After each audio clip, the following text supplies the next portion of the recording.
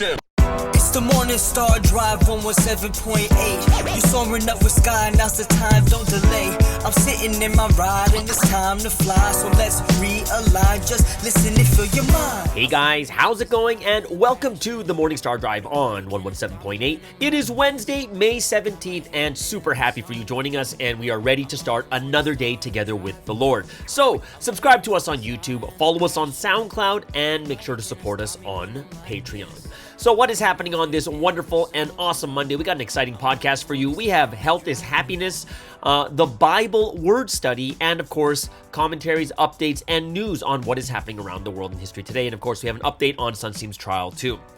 All right, everyone, how are you doing? Yes, it is Wednesday, everyone. We have an awesome Wednesday service. I hope you guys are going to really enjoy it. But like I said, every single week, make sure you pray for your leaders that are preaching. It is not an easy thing to do. It is Wednesday service tonight, and I hope that everyone's going to receive a lot of grace, love, and inspiration, just feeling God at that time too. If you haven't yet, go ahead, leave a like or comment to build our community. And I think this is one of the biggest things that we are doing right now with this platform. For us here in the Western world, we got to build our community, just really be happy, really happy for everyone joining us every weekday on the Morning Star Drive and on the weekends now too. Let's get up, support each other, like each other's comments, like the comments, like people's comments and the reactions to their comments or anything that you agree with if you can. And of course, comments are the best way just to kind of speak your mind. And I'm super thankful and happy that a lot of people are starting to, more and more new people are writing in the comment section below too. Great message this week. Consider absolute faith as life. And we're going to get a Wednesday message based on that too. So I'm looking forward to that also.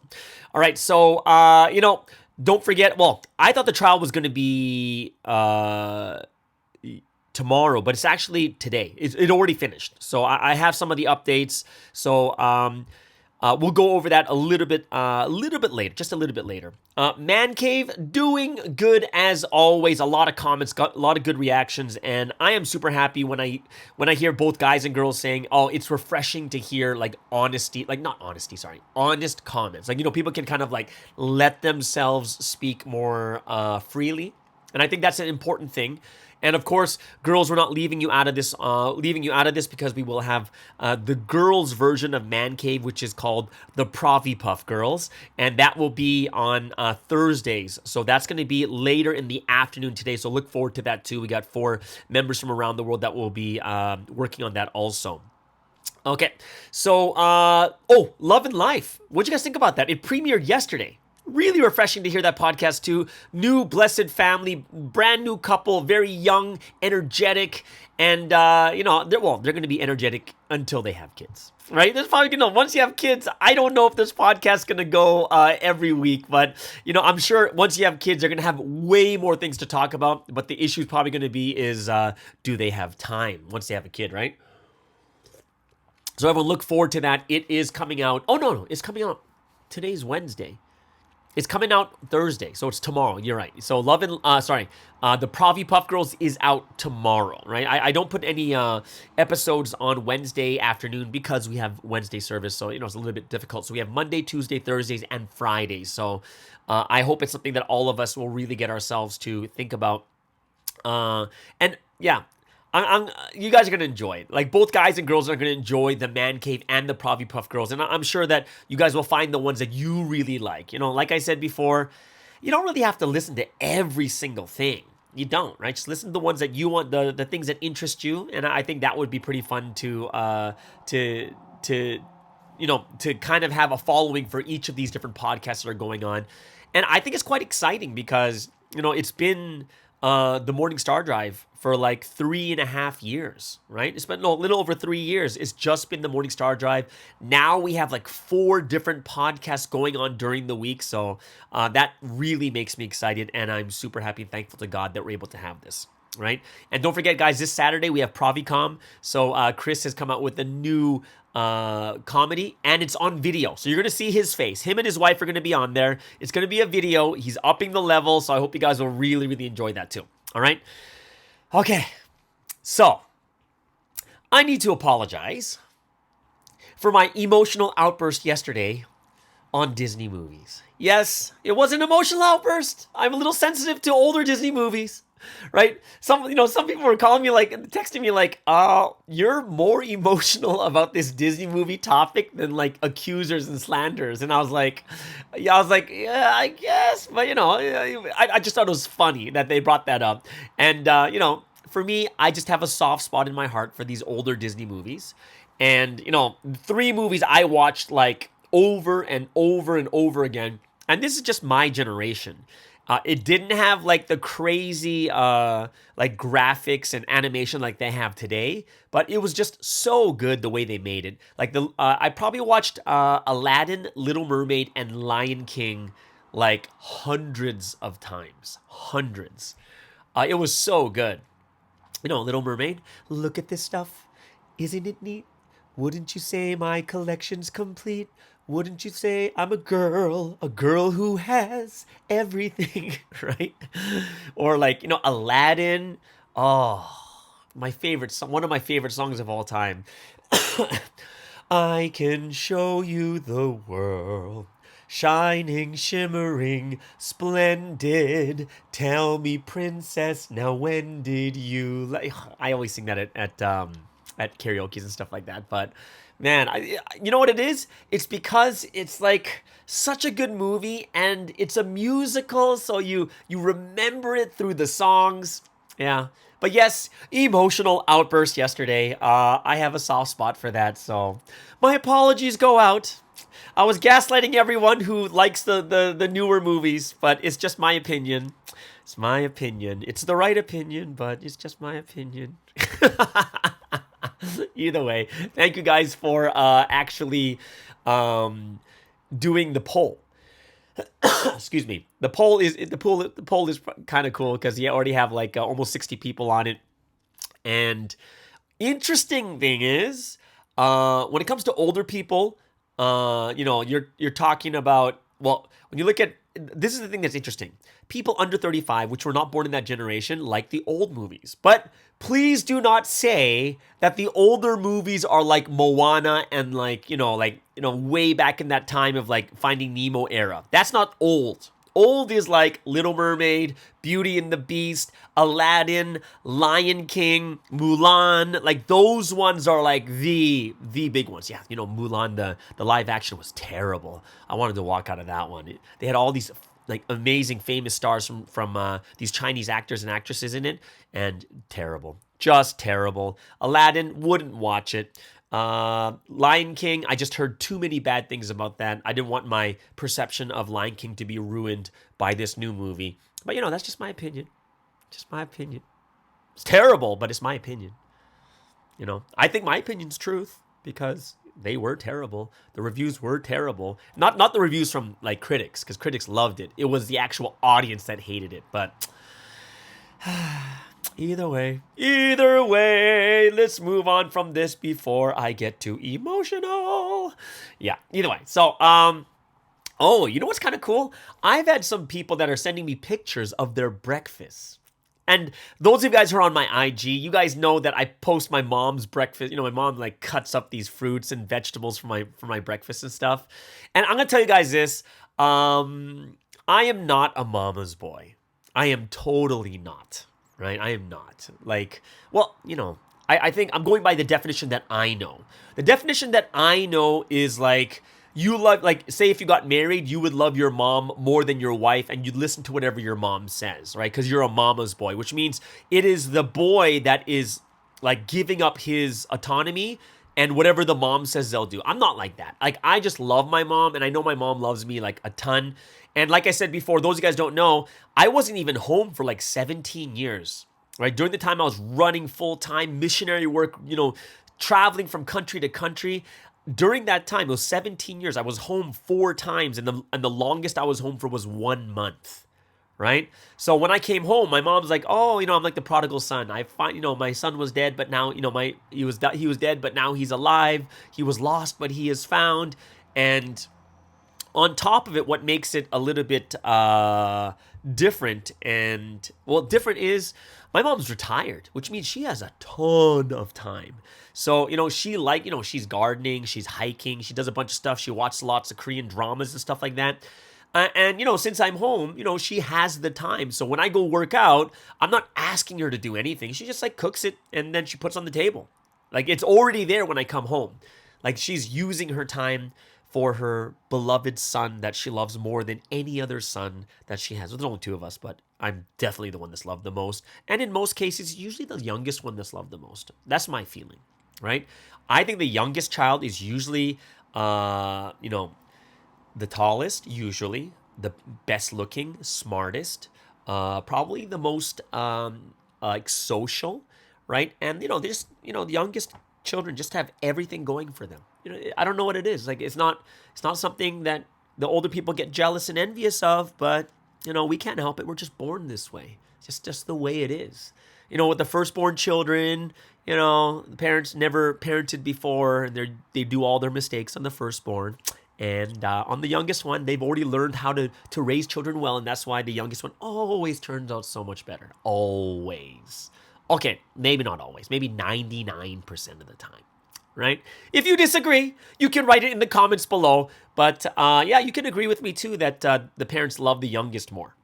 I think it is. That's just my personal feeling from everything I've seen and the people I've seen. And yeah, either way, I don't need to go on any more of this. But like I was saying, my mom is, she makes me that breakfast, and already a couple people are showing me their pictures of their breakfast too. And they're saying, your mom is an influencer. And I was like, man, you know what? I should make a channel. I should make a YouTube for my mom for cooking.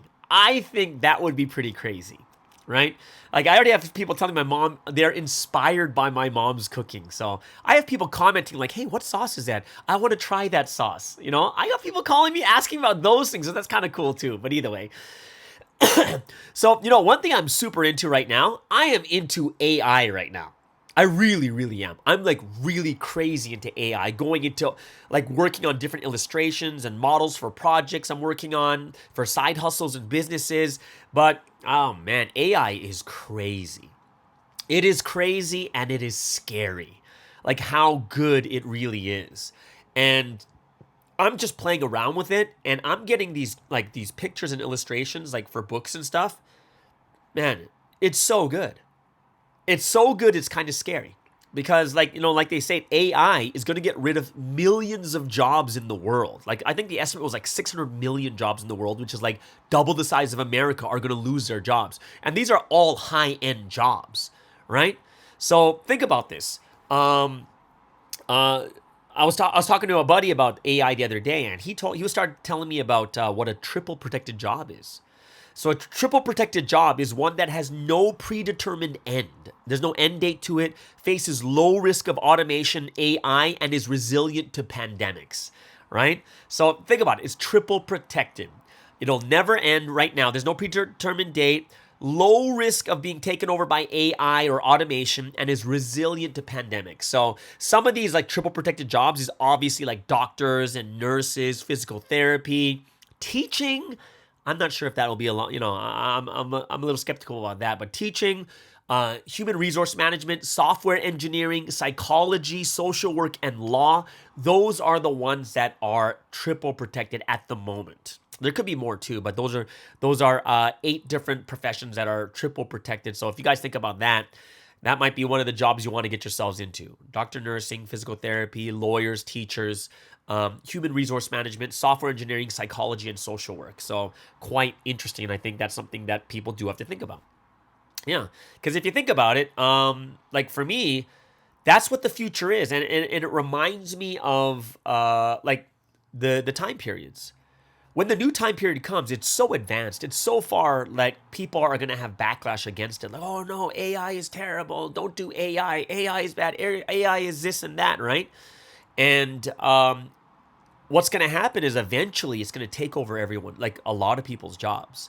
And if we don't push forward and move to the next generation, we're going to be stuck behind, kind of like the Old Testament and the New Testament, right? And like, think about this. Back in my days, because I'm pretty old. Back in my days, like the place that, there was no streaming movies. You were watching it from like VCR and Betamax tapes. And you'd go to like a Blockbuster video, and you'd be totally like going there once a week, Like, it was crazy. Like, the new Jurassic Park would come out and they'd have 20 copies. All of them would be sold out. And like, you kind of just wait there at Blockbuster seeing, you'd ask them, hey, when does the next Jurassic Park come back? And they said, oh, the one should be coming back today in about an hour and a half. And you'll wait an hour and a half waiting for that Jurassic Park to come, kind of thing. And it was crazy. It really, really was. And I looked at that, I was like, wow. But now Netflix streaming, Prime, Amazon Prime, HBO, all these, if Blockbuster were to pivot, like they saw the future and they couldn't let go. If they pivoted to streaming, they'd still be around here. But there's only one Blockbuster left in the entire world right now, when there used to be like 10,000 stores, right? So I thought it was quite interesting to see this type of thing going on. And man, yeah, I was kind of shocked by, like you're working with AI, like just this stuff I'm working on. It's like $10 a month, the one I'm working on. And basically it renders all illustrators, artists useless. Like it completely takes over their job for $10 a month. Like I would be pulling out these illustrations, full color, everything else, like really high definition, and it would be pulled out in less than a minute. And if it was an illustrator, it would take forever. It's crazy, yeah. So, I do think it's something that people do have to think about. Oh, there was another interesting discussion I had with a member yesterday, and I'm going to talk about this during the word study today too, but, excuse me, I just had a sip of my Buble sparkling water. It's about the Gospels. And it's interesting because the conversation we're having is that no one really had the foresight to write the gospel in real time. Like write down every single thing that Jesus said. No one had that foresight of any of the apostles that, were eyewitnesses of Jesus and listened directly to his words. Which means that, think about this, there was so much lost and missing from what Jesus said 2,000 years ago. And can you imagine if all of it was written, how much more word we would have today? So much that couldn't have been remembered. Why? Because, think about it, the Gospels were passed on through word of mouth, which means it's not absolutely accurate. And people can just, if it's by word of mouth, sometimes you're having a bad day and you'll use the word, but you'll put your own spin on it. You'll distort the word because of your current condition. It was written 40 years after Jesus' resurrection, which is a super long time. And, it kind of reminded me once again why it's important to have, it's a good idea to record. Record it, whether it's on paper, through a book, audio, video, your experiences in this history. This is something that people are going to be really curious about in the future. Of course, Sunseem is right, and we have all the words, which is the key and most important part, right? Because it's the word. And we get to hear about all the things that Sunseem did in his life, right? And that's, we already have like archives of that. But there's going to be also a demand in the future, wondering who came to this history, what types of people came, what the disciples experienced, like all these things.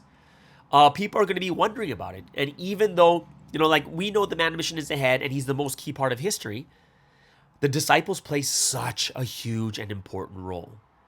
And hearing those side stories, a story of like someone talking with the man of mission and then something coming true, the miracles, the prayers, the healings, the answers, the realizations, so big. And these, and I think one thing we don't realize is the testimonies that we have are going to bring many different types of people from different backgrounds into this history, right? Because the question is, who's going to reach out to the singers? It's the singers. And even if you think about singers, there's singers in musicals, singers in pop, singers in country, rock, folk, all different types. Who's going to reach out to the doctors and the nurses and the engineers, the CEOs, the lawyers, the baristas, the owners of small companies, right? The construction workers. Who's going to reach out to them? And that's why the history of God absolutely needs the people of this history, right? Think about it. If it was just Jesus at his time and he was the only one, Jesus could only do so much alone, but needed the cloud of witnesses. That's why he needs the cloud, right? Jesus comes on the clouds. right? He needed the disciples to go out, gather others, spread the good news, tell others what was being said, the miracles that were happening, get them interested and bring them to Jesus as he was preaching, like on the sermons on the mount and such too, right? And this history is no different. Same thing. If you look at yourself, one of the things we may think is that, come on, like, I'm just a barista. I'm just working as like administrative assistant. I'm not really anything big. Do I really have any influence, right? But technically speaking, we are all influencers in our own areas, right? Like, think about it this way. You don't want to think about like, oh my gosh, how am I going to evangelize 100 people or whatever? Like, oh, can I evangelize 1,000 or even 100 people? And the answer is a lot of us will, probably won't do that. However, you have to think about it in a different way. There's always a different way to do it. You just need to evangelize one person that will change history and bring more people. Now, what does that mean? It's like this. Imagine you're in advertising and you want to get your product out. And so you gather 100 people together and their total number of followers is 500,000 people. So like, wow. So you're paying 100 people to get 500,000, right? However, instead, you could just get one key person and their following is like 10 million, 100 million, right? Like Mr. Beast has like something like 110 million. PewDiePie has like 130 million, right? If you think about that, you can get more from one key person than 100 people that are not key, right?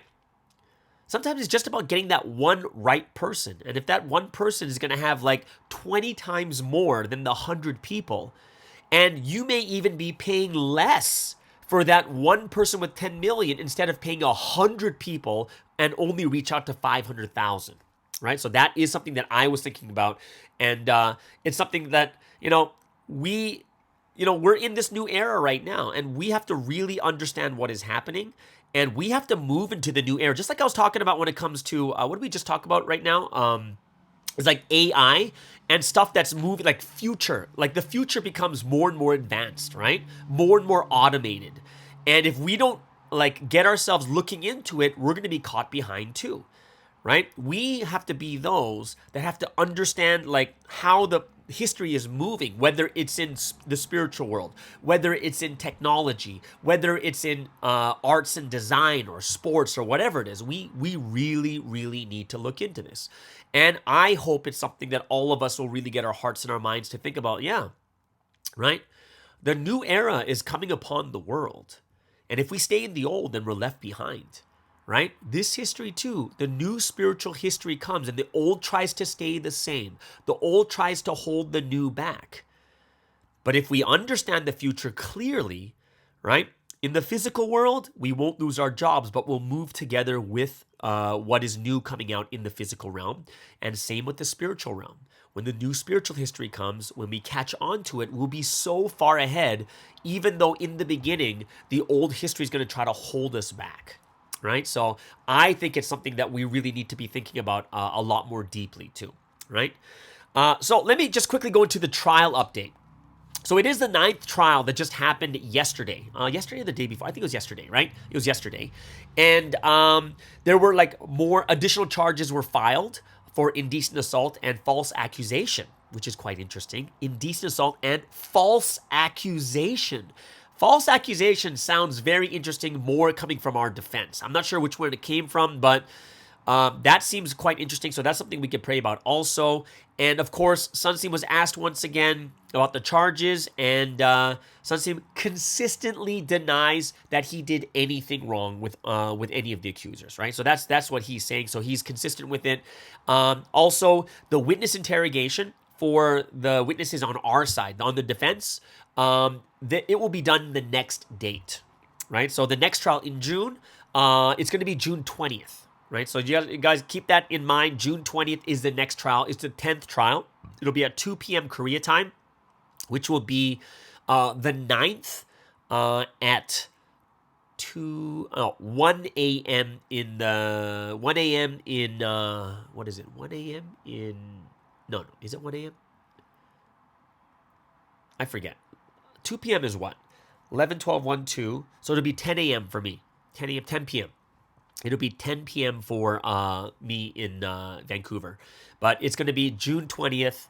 And like I told you guys before, the audio file workshop, like the audio file for Netflix, whether it's going to be permitted or not, that was not done in public. So that trial is being done privately. So I haven't heard any news yet about that Netflix audio. I'm not sure if they're going to accept it or not, but it should be quite interesting to see what the courts actually say about this. Either way, so that is kind of the update that's going on with Sunseam's trial. All right. So with that done, let's get into today's first break for today.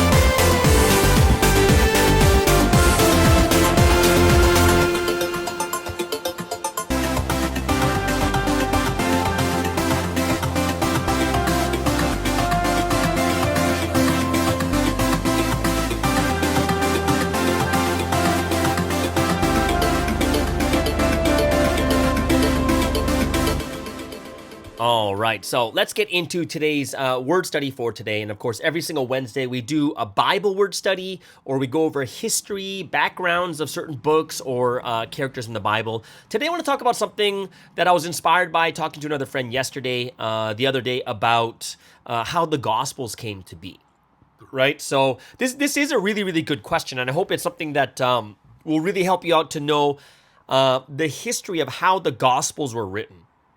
So you know that, like I said before at the very beginning, it took years before anyone thought of writing it down at all, right? So I'm not talking about writing the actual gospel, but just writing it down.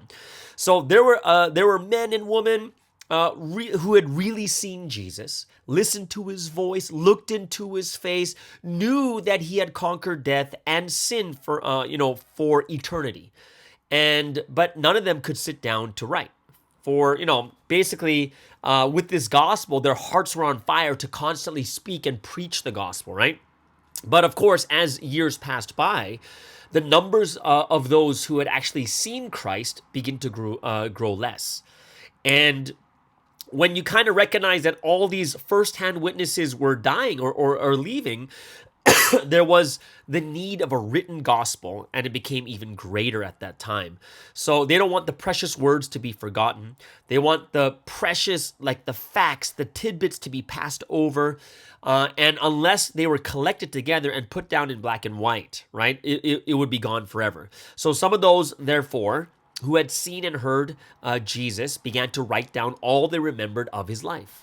Right? Like they had no thought as yet of like, oh, this is the New Testament being added to the Bible, right? The Old Testament scriptures were still the Bible to them, right? These early Christians, as we remember, did not read the Bible in the original Hebrew, but they actually read it in Greek. So they loved it and searched its pages eagerly, and they realized that all its words spoke of Christ. So this kind of, it kind of goes into the historical the language of the Bible, where the Old Testament was written in Aramaic, a little bit of Aramaic, and most of it was in Hebrew, right? And, Jesus actually spoke in Aramaic. But in the New Testament time, because of the Hellenistic era within the 400 years between Malachi and Jesus, it was the Greek culture and language that kind of was soaked through the land. And that's why there was a Septuagint, which is the Greek translation of the Old Testament, and that was read the most by people all over the land who were believers in Judaism, right? So even though the original language was Hebrew, it's the Greek translation that was read more and more. It was beloved more because it was their language. And that's why they would search the pages of the Septuagint as they realized that all of its words were speaking of Christ, or about Jesus, right? So it's about the time of St. Paul, right? So we go to the time of St. Paul. He was imprisoned at Rome. And we believe, like most scholars are saying, that the Gospel of Mark was written at that time. So most of you know that Mark was a young Jew, began his work for God by traveling with Paul and Barnabas, but who left them, and when the work, he basically left them when it became really dangerous. So Paul was grieved by Mark's failure, that for a while he refused to trust him again. But Barnabas, who believed in his repentance, gave him another trial, and then Mark proved himself even to Paul, and you'll see that even in Paul's last epistle, 2 Timothy, when he writes, "Take Mark and bring him with thee, for he is profitable to me for the ministry." That's in 2 Timothy verse 11, right? But before that time, however, Mark had lived and worked many years with the Apostle Peter. So he's working with Paul, he's working with Peter, all these great figures from the New Testament time. And in his letter written from Babylon, speaks of him as Marcus, my son. That's how Peter speaks of Mark, calls him Mark, my son. And that's 1 Peter verse 13. So then later, there was a Christian writer named Papias who lived about 60 years after this time, and he tells, basically, he talks about Mark. Mark wrote his gospel story from what Peter had told him about Christ. So we think this gospel writing is really the Apostle Peter's account of Jesus' life on earth, that he spoke to Mark about it, and Mark wrote the things that Peter told him. It is very likely, as Mark journeyed with the apostles from place to place and heard him tell and retell the wonderful story of Jesus' life on earth, the thought probably came into Mark's, young mind is, why not write down what Peter says so that his words shall not be forgotten? And so fresh and vivid are the words of Mark's gospel, and it's so full of natural touches that most people agree that Papias, right, must have been right. That it was like Mark wrote it from Peter's accounts. And the very things Peter would have noticed are mentioned by Mark. Now, Matthew, the writer of the gospel, which comes the first gospel in the New Testament, he was a Levite, right? He belonged to the tribe of Levi, which is like the priesthood. And this tribe was specially chosen in the time of Moses to learn the law and serve God in his temple. Now, Matthew was very learned in the books of the law and in the writings of the old prophets. But as you all know, Jesus chose Matthew to be one of his special companions. And as Matthew followed Jesus day after day, he saw more and more clearly how all the old prophecies which he knew so well pointed to the coming of Christ. And this is a very, very interesting thing about Matthew, because we just think about the tax collector. But now that you know that he was a Levite, he was well versed in the law of Moses. So he wasn't just an ordinary person like, oh, here's this lowly tax collector, but he was also a Levite. He knew the laws. Right? So when the Holy Spirit called Matthew to write what he knew of the Lord's life on earth, those ancient prophecies and the wonderful way in which they had come true were still in his thoughts, which means that's why when you read the book of Matthew, there's tons of prophecies in there. And everyone always recites the book of Matthew, right? Especially when it comes to like all the Lord's second coming prophecies. And that's why we find in the gospel, according to Matthew, more quotations from the Old Testament than in the writings of any of the other gospels. And we're thinking to ourselves as, oh, was he just, a smart person? No, he was a Levite. He knew the law very well. So, excuse me, right? So, the message that Matthew gave, right, that he gave to the world through the Gospel of Matthew is tons of knowledge of the Old Testament scriptures. So years passed, and those who had seen Jesus in his earthly life had nearly all died, while Gentile Christians everywhere were asking eagerly for the written story of his life. So 20 years after Matthew's gospel was written, God called a Greek scholar named Luke to write what was to be a most important part of our Bible. So the Jews of old hated and despised the Gentiles, and we've seen how bitterly they persecuted Paul because he declared that God had sent him to preach to the heathen nations. So you got to kind of think like how impossible it would have seemed to a Jew of this time that a Gentile could, at God's bidding, write two books which could become even more precious and sacred than the books of the law. And that was Luke who wrote it, right? And the Jews rightly prized as the greatest treasure of their nation. So this is something quite interesting, that it was a Greek scholar, we talked about this last week too, but he was a Gentile who wrote what was to be the most important part of the Bible, right? And it's such irony, because the Jews were against the Gentiles. They didn't even like Paul preaching to them, right? But he wrote a quarter of the New Testament, more than a quarter of it, right? And it became the most prized treasure of their nation. So those who work in heathen lands, the Gentile lands today, tell us that in the Gospel of Luke is always a favorite book of the converts, and that if they can only afford to buy one gospel, they will always ask for Luke. And that's because the whole work is written from the Gentile point of view. It's the world's history of Christ. And that's why you see it's a different point of view when it comes from Luke. Luke wrote his gospel as a historian, and he dedicated his work to someone named Theophilus, right? And he followed the Greek custom. Many, he says, have taken in hand to set forth in order a declaration of those things which are most surely believed among us. That's Luke chapter 1, right? But their records have disappeared. But Luke's remains. Yes, he was a physician. We know about this. We talked about this last week.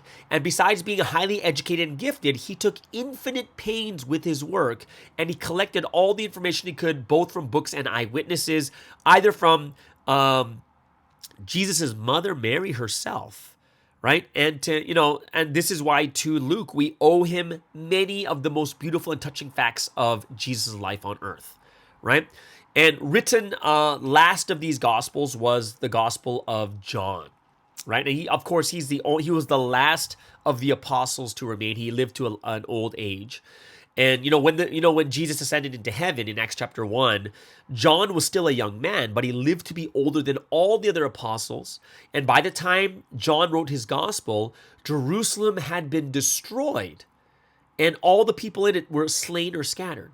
And, he was able to mention details and give the actual names of people and places, which, if told earlier, might have endangered the lives of those that he wrote about. But many instances of this will be found by those who read carefully, and he alone mentions the name of the apostle who struck off the ear of the high priest's servant, and the story of the raising of Lazarus is given only by John, as though it would have been dangerous to record it earlier, right?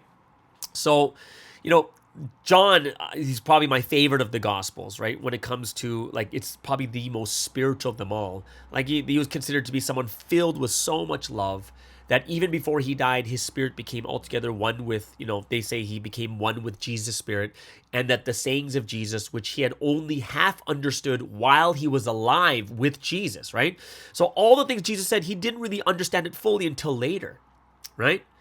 And John, they said it grew quite clear to him that, and he remembered it very distinctly. So we know about John is, basically he was called at a very, very old age to write out like the Gospel of John and the precious words of Jesus, which were always, people would say, echoing in his heart.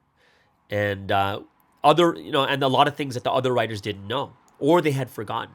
So it is in John's Gospel that we learn most about the love of Christ, right? So yeah, Matthew, Mark, Luke, and John, this is how they began. Of course, like we said, the first was Mark, then it went to Matthew, then Luke and John, and it was written decades after. Like pieces, like a lot of it was being written, but it wasn't written into the books fully until like you're talking like 40 years after Jesus' death. So that is kind of how the Gospels came to be written, and I hope it's something that helps you guys out to understand how these things, how it came to be. And it will be something that we can think about for the future too. All right. So there it is, guys. That is the word study for today. Hope it's something that you really enjoyed, just as I enjoy all the time. Everyone, let's get into our second break.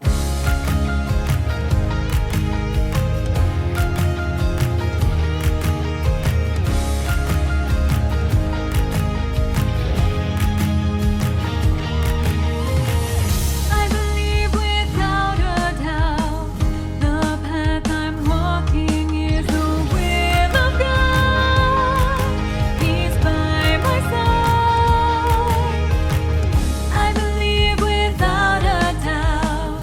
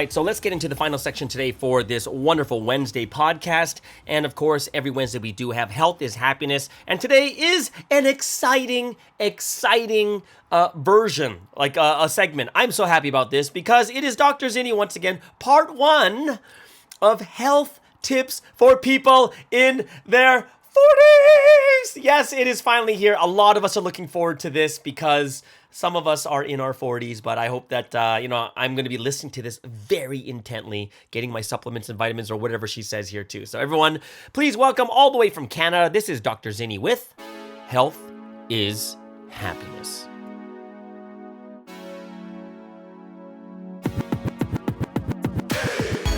Hi everyone, it's Dr. Ziny here, and welcome to another episode of Health is Happiness. So guess what episode we're on? The Big 4-0, which is super suitable to today's topic. Today we're going to discuss health tips in your 40s. When you're in your 40s, you might notice some changes in your bodies. Your joints may feel more stiff, and you may notice you're more prone to symptoms of joint and muscle pain. It's harder to lose that weight, and you seem to store more fat around your midsection. Your skin, well, there are some major changes.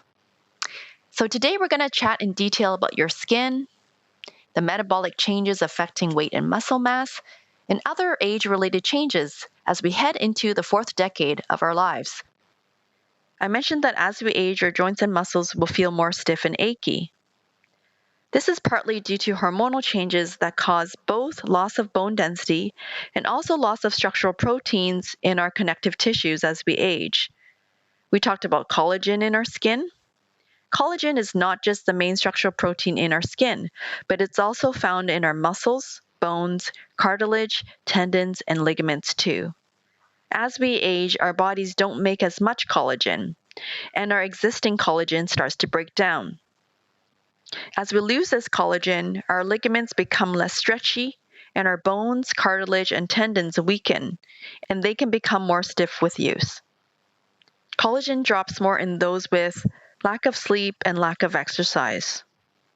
So because there isn't enough evidence for me to endorse the use of ingested collagens, we recommend good sleep, exercise with components of stretching and resistance, and staying away from sun, smoking, and alcohol to help with this issue.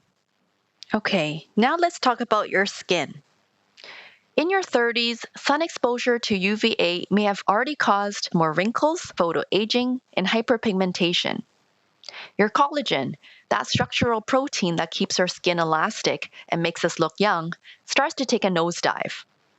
UVA damages the fibers in the skin called elastin, so we get less bouncy and saggy skin.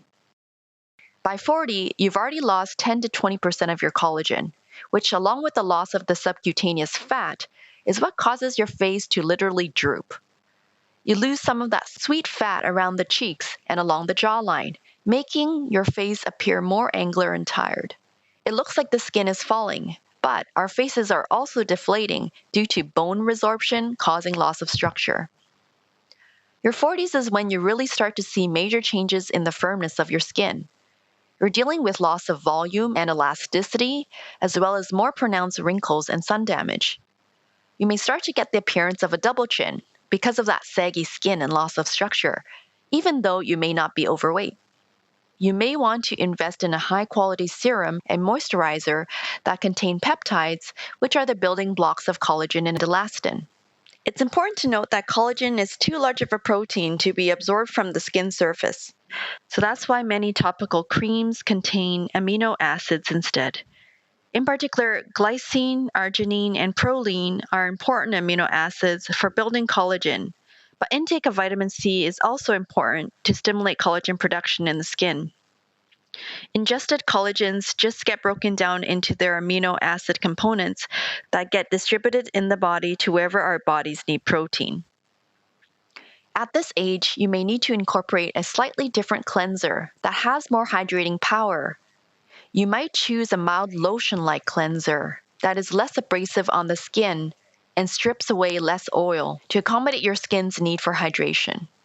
For ultimate moisture retention, you might also incorporate hyaluronic acid into your routine, which can be used both day and night as well as a rich night cream that contains glycerin, ceramides, or fatty lipids to help encourage skin barrier repair. Finally, other than developing a good skin routine, you'd want to get that good beauty sleep consistently. Okay. The 40s is when hypertension and high cholesterol problems start to manifest. So it's good to purchase a blood pressure monitor and check your resting blood pressure now and then to ensure it is not hovering around or above 140/90, which is the cutoff of hypertension. You should also see a doctor to get blood work done to check your sugar and cholesterol levels. If anything is trending high, then you should work with your doctor to fix these areas ahead of time. We talked about how heart disease, stroke, and diabetes are still top causes of death in the world. Your risk of developing cardiovascular disease in your 40s is directly related to how you lived in your 20s and 30s. If you followed an unhealthy lifestyle during these years, you're more likely to develop high cholesterol or hypertension. You're more likely to be at risk for cardiovascular disease once you hit the big 40. So everything we discussed up until now to keep you healthy in your 20s is not too late to start in your 40s.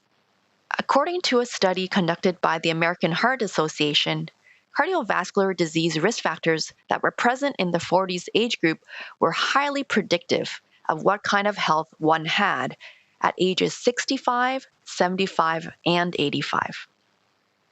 Okay, let's talk about health complications related to changes in metabolism. Researchers have found that hormonal changes caused by declining testosterone and estrogen levels contribute to changes in body composition, fat accumulation, and fat distribution. You'll start to accumulate more fat, especially around your waistline. Your resting metabolic rate, or what we call basal metabolism, does naturally slow with age, and lower estrogen and testosterone levels contribute to a sluggish metabolism. But, thanks to new research published in August 2021, unfortunately, we can no longer blame our unwanted weight gain on a slowed metabolic rate. According to this new research published in Science, metabolism reaches its peak much earlier in life and slows down much later than we previously thought. People may think that their teens and 20s is the age where their calorie burning potential is at its peak. But the study shows that, pound for pound, infants had the highest metabolic rates of all. This was an international study of 29 countries that measured total energy expenditure in different age groups. What they found was energy needs shoot up during the first 12 months of life. By their first birthdays, babies burn calories 50% faster for their body size compared to adults. And that's not just because infants are busy tripling their birth weight in their first year. The babies grow rapidly, which accounts for much of the effect. However, even after you control for this, their energy expenditures tend to be higher than what you would expect for their body size. More research is necessary to understand what drives the higher energy expenditures in infants. But after the initial surge in infancy, apparently a person's metabolism slows down by about 3% each year until we reach our 20s.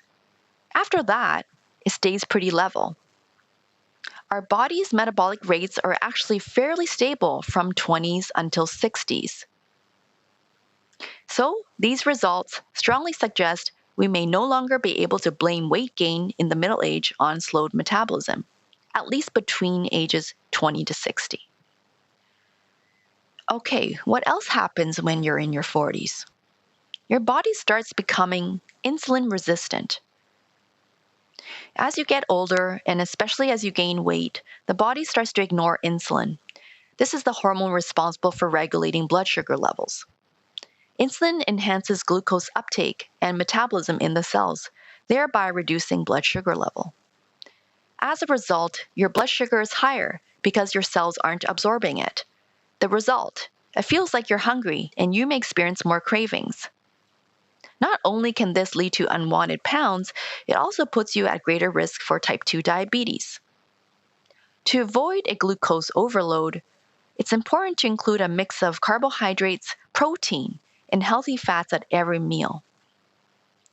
The protein and the healthy fat help the body feel more satisfied for a longer period of time, and so you don't crave those super starchy carbs that can give you a sugar crash.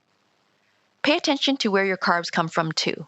If you drink juice, obviously, it increases your blood sugar circulating in your body quickly. If you eat whole grains, on the other hand, it has more fiber and breaks down more slowly, and so it gradually releases sugar into the bloodstream. Sticking to a Mediterranean-style diet in your 40s has been shown to be protective against cancer and heart disease, and it doesn't cause huge swings in blood glucose levels. What else happens when we age? Your appetite hormones change. These hormones, including ghrelin, which tells you when you're hungry, and leptin, which tells you when you're full, change. As we age, the receptors for these hormones don't work as well as they used to, and we become resistant to them too. And it's not just in your head, you're actually feeling hungry because of your hormones. One tip is to keep a food diary. This can help you pinpoint pitfalls in your eating habits and help you get a better handle on your hunger cues.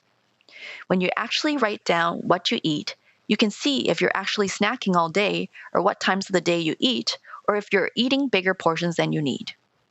A food diary can also tell you if you're eating enough protein.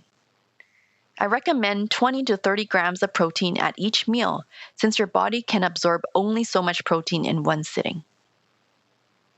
Speaking of protein, this is also something that happens as you age. You lose muscle mass. So we're out of time today. Next time, we'll continue to talk about loss of muscle mass in your 40s and other age-related changes in your body.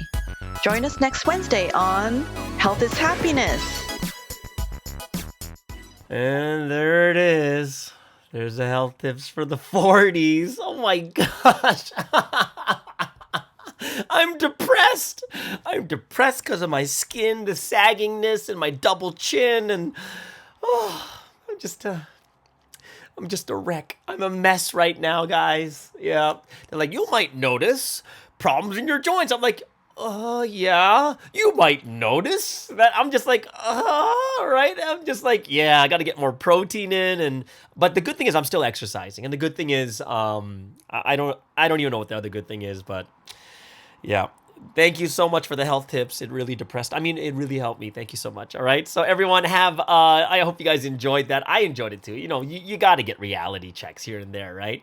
Everyone have an amazing and awesome day, and have an awesome service tonight. And we'll see you guys again tomorrow on the Morning Star Drive on 117.8.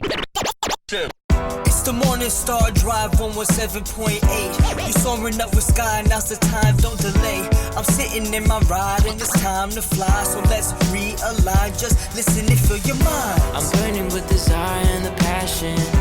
Nobody can stop me when I'm like this. I got my head in the zone, you know. I'm on the Morning Star Drive, you know. I'm burning with desire and the passion. Nobody can stop me when I'm like this. I got my head in the zone, you know. I'm on the Morning Star Drive.